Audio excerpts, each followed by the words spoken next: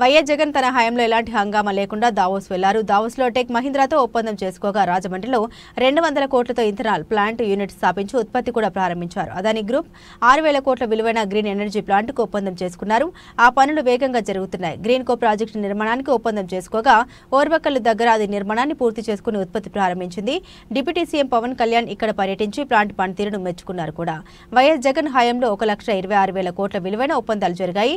ఎన్నో ప్రాజెక్టులు నిర్మాణాలు పూర్తయి ఉత్పత్తులు కూడా ప్రారంభించాయి.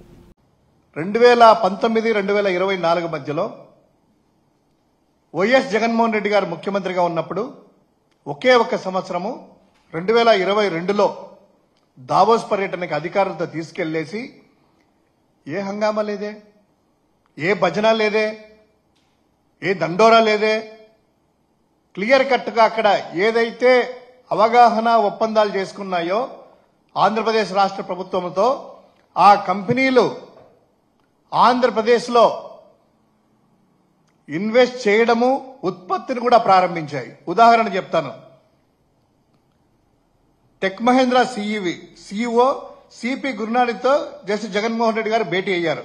భేటీ అయ్యేసి ఇక్కడ ఇథనాల్ ప్లాంట్ అనే దానికి సంబంధించినటువంటిది డిస్కషన్ వస్తే ఇమ్మీడియట్ గా జగన్మోహన్ రెడ్డి గారు ఆహ్వానించడము, ఆ ఎంఓయూ చేసుకోవడము, రాజమండ్రిలో స్థలం కేటాయించడము, 200 కోట్ల రూపాయలతో ఆ యూనిట్ స్థాపించి ఉత్పత్తి కూడా ప్రారంభం అనేటువంటిది అయింది. తర్వాత అదాని గ్రూప్ గ్రీన్ ఎనర్జీ ప్లాంట్కు 60,000 కోట్లతో ఎంఓయూలు చేసుకోవడము, ల్యాండ్ కూడాను ఆ పర్మిషన్లో అప్లై చేసుకోవడము, పనులు శరవేగంగా జరుగుతూ ఉన్నాయి. అదేవిధంగా 37,000 కోట్లతో గ్రీన్కో సంస్థతో ఒప్పందాలు కుదరడము, ఆ గ్రీన్కో సంస్థకి ఓర్వకల్లు కర్నూలు జిల్లాలో ఆ ప్లాంట్లు కూడా ఏర్పాటు చేయడమే కాకుండా పూర్తిగా అవుట్పుట్ కూడా బయటికి రావడం, ప్రొడక్షన్ కూడా మీ కూటమి యొక్క మంత్రి డిప్యూటీ సీఎం పవన్ కళ్యాణ్ గారు వెళ్లేసి అదే గ్రీన్కో ప్రాజెక్టుని ఉత్పత్తి ప్రారంభించారు. అద్భుతంగా ఉందనింది. మీరే పొగుడుతా ఉన్నారే, ఇది కాదా సాక్ష్యం? ఎటువంటి హంగామా లేకుండా వెళ్లడము, అవగాహన చేసుకోవడము, ఒప్పందాలు ఇక్కడ ఇమ్మీడియట్ గా ఆ ఉత్పత్తిని కూడా ప్రారంభించి పనులు ప్రారంభించేసి ఉద్యోగ అవకాశాలు అనేటువంటి జనరేట్ అవుతా ఉన్నాయి. అంతేకాకుండా 28,000 కోట్ల రూపాయలతో అరబిందో సంస్థకు సంబంధించింది గ్రీన్ ఎనర్జీ ప్లాంట్ కూడాను అక్కడ ఒప్పందం చేసుకోవడం జరిగింది.